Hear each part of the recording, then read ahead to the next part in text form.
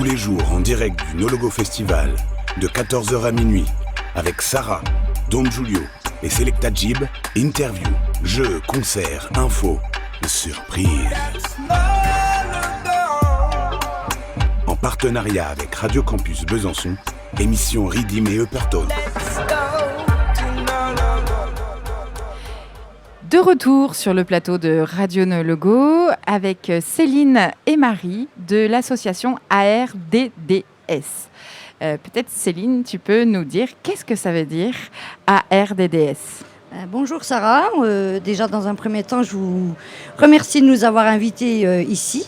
Avec plaisir. Nous sommes ravis. Alors ARDDS ça veut dire Association de réadaptation et de défense des devenus sourds. Et dernièrement, on a créé un petit nom qui s'appelle Au creux de l'oreille, parce qu'on trouvait que ARDDS était un petit peu lourd à porter. Je comprends. L'objectif de l'association, il y a deux pans, si j'ai bien compris. Oui. C'est rompre l'isolement social, dans un premier temps, pour les personnes qui seraient malentendantes ou devenues sourdes. Et en même temps, il y a tout un volet plus pédagogique d'ateliers labial notamment. Et ça, Marie, peut-être tu vas pouvoir nous en parler. Alors exactement. Plus proche le micro. Plus proche. On a tout un volet du coup pour essayer de venir en aide aux personnes malentendantes ou souffrant de surdité. Et il y a aussi un volet du coup d'apprentissage de la lecture labiale. On fait des ateliers sur Besançon et sur Belfort, pour du coup aider les personnes malentendantes c'est un peu comme une béquille en plus des appareillages, pour leur permettre de pouvoir aller au restaurant, pouvoir discuter avec des amis, ce genre de choses. Donc du coup voilà, c'est un apprentissage qui se fait... C'est un outil supplémentaire. C'est un outil supplémentaire, exactement. Toi Marie, tu es orthophoniste de formation. C'est ça, oui. C'est ce qui t'a fait rejoindre l'association. Exactement. Raconte-nous un peu ton parcours, ton arrivée dans l'association. Alors moi je ne suis pas du tout de formation, enfin j'ai eu des cours sur la surdité, sur ce genre de choses. Et en fait je suis rentrée dans l'asso via une patiente qui m'a téléphoné en me disant j'ai besoin d'apprendre la lecture labiale, je ne trouve personne, qu'est-ce qu'on fait? Et donc du coup je me suis dit bon bah allez on essaye, et je me suis formée pas grâce à elle, mais c'est elle qui m'a mis le pied dans l'asso. Et du coup petit à petit c'est comme ça, je me suis formée auprès de collègues et j'ai repris le poste, j'ai repris le bénévolat d'orthophoniste dans cet asso il y a quelques mois. Super. Toi Céline, tu es de l'autre côté de... C'est la face B. C'est la face B de l'association. Ou la face A, je ne sais pas. Tu es du côté des personnes malentendantes qui sont rentrées en tant que membres. Voilà, donc en fait, moi je suis malentendante depuis bientôt plus de 20 ans. D'accord. Enfin, en tout cas, ça m'a été diagnostiqué il y a plus de 20 ans grâce à la médecine du travail. Comme quoi, ça sert un petit peu à quelque chose. Donc, on ne squeeze pas sa visite à la médecine du travail. Il ne faut surtout pas la rater. Important. Du coup, on m'a détecté une malentendance, notamment sur l'oreille gauche. Du coup, j'ai été suivie pendant plusieurs années, sans forcément de conséquences particulières. Et il y a une dizaine d'années, on m'a dit, là, Céline, tu commences à faire répéter, tu commences à ne plus trop comprendre ce qui se passe autour de toi, donc tu t'isoles, c'est pas bien. Ce serait bien d'aller voir ton ORL et qui te prescrive des appareils auditifs. Donc en 2018, j'ai été appareillée avec 2 appareils auditifs. Et puis, il y a 2 ans, j'ai découvert cette association via une amie qui était sourde également, enfin, malentendante tout du moins. Et j'ai fait pendant 1 an les cours de lecture labiale tous les mois à Besançon. Marie était orthophoniste, étudiante, en apprentissage à l'association. En formation. On ne se connaissait pas trop, on ne se causait même pas. Et du coup, au mois d'avril, notre orthophoniste qui était secrétaire de l'association a décidé d'arrêter son activité au sein de l'asso et m'a demandé de devenir la secrétaire. Super. Voilà, je me suis dit que c'était un bon plan et que moi j'avais envie de faire avancer les choses, de faire découvrir la lecture labiale auprès des malentendants et des devenus sourds et de leurs proches. Oui, parce qu'aujourd'hui, il y a de plus en plus de choses, notamment dans le milieu culturel, pour rendre accessibles de nombreux spectacles par différents outils. Oui. Notamment, je ne sais pas si tu as eu l'occasion d'essayer des gilets vibrants. T'as fait ça ? J'allais vous en parler. Ah, voilà. Alors oui, j'ai eu l'occasion d'utiliser les gilets vibrants qui ont été prêtés par la Rhodia au Festival de la Paille il y a 15 jours. Et c'était notamment sur le concert de Claudio Capéo qui était retransmis intégralement, signé en langue des signes. Donc c'était pour moi super émouvant de voir que les malentendants pouvaient enfin comprendre les paroles de chansons.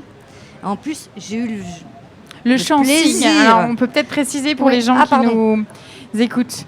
Le chant-signe, c'est vraiment dans la langue de la LSF retranscrire ce qui est dit. Mais en rythme de la musique, ça correspond. Enfin, c'est presque chorégraphié du coup, plus que juste une traduction LSF. C'est ça. Les interprètes langue des signes françaises dansaient en même temps qu'elles signaient. Ouais, génial. Et moi, j'ai eu la chance de porter le gilet vibrant. Je l'ai évidemment prêté à Marie pour qu'elle puisse participer à cette expérience. Et moi, j'ai dit, j'ai vibré avec Claudio Capéo. Mais qui peut dire ça aujourd'hui ? Non, c'était vraiment incroyable. Au début, je me suis dit, oui, ok, c'est bon, ça vibre. Un gadget, c'est encore un. Ouais, c'est bon, c'est pas. Et quand je l'ai prêté à Marie, j'ai dit, il me manque un truc. C'est ça. C'était vraiment un plus pour moi. Je suis malentendante que de l'oreille gauche, donc j'entends très bien sans appareil, on va dire. Mais c'était vraiment une expérience extraordinaire. Ouais. Génial. Donc du coup, j'imagine que l'association va aussi encourager peut-être ce type de dispositif dans les milieux du spectacle, peut-être. Peut-être se doter de gilets ou de oui, tout à fait. De choses comme ça. Votre rencontre avec le No-Logo, comment ça s'est passé ? C'est votre première année ici. Oui. Racontez-nous. Ça a été un hasard. On s'est décidé, du coup, comme on a repris en mars toutes les deux un peu au sein de l'asso, on s'est décidé vraiment un peu à la dernière minute en se disant, allez, pourquoi pas faire de la prévention ? Donc du coup, Céline s'est occupée d'appeler pas mal de festivals, dont le No-Logo, et c'est comme ça qu'on est là aujourd'hui. Super. Incroyable. Super. Ouais. Du coup, là, votre mission, en tout cas votre objectif, c'est de faire la prévention auprès des festivaliers pour préserver leur capital auditif. Exactement. C'est exactement ça. Et du coup, pour éviter qu'à terme, il y ait des surdités qui se développent, et leur rappeler notamment que l'une des premières causes de surdité acquise, donc qui intervient au cours de la vie, c'est les traumatismes sonores, donc dus à l'écoute prolongée des concerts, les décibels trop forts, voilà. Et du coup, vous distribuez, je vous vois toutes les deux équipées de dispositifs de protection. Est-ce que c'est quelque chose que vous distribuez sur le stand ? Moi, personnellement, c'est vital pour moi. Ouais. Les petits bouchons, là, je les ai enlevés parce qu'on est derrière un bâtiment qui nous bloque un petit peu du bruit et de la scène. Donc, on peut se permettre de ne pas les mettre. Mais ce sont des bouchons avec des filtres auditifs qui permettent d'atténuer le son de 19 décibels, ce qui est énorme. Parce que quand on a un concert, on est aux alentours des 100 décibels. Et nous, donc, quand on met les bouchons, on revient à 80 décibels, ce qui est à peu près le bruit d'une rue un peu bruyante. Ok. Et ce sont des bouchons réutilisables. On les rentre le soir, on les nettoie à l'eau savonneuse. Et donc c'est écologique, ça évite les bouchons jetables. Ouais. La restitution de la musique est vraiment d'une qualité extraordinaire. On a juste une atténuation du son. Oui, c'est juste un filtre. C'est pas on bouche, on obstrue le conduit. C'est exactement ça. Et par rapport aux bouchons en mousse qu'on peut trouver sur le concert, qui sont d'ailleurs distribués gratuitement à tous les festivaliers, par rapport à ces bouchons en mousse, nous, on continue à pouvoir converser ensemble en s'entend causer. Ouais. Et puis super confortable. Donc c'est écologique, ça c'est clair et net, et c'est aussi économique parce que du coup nous on les vend sur notre stand.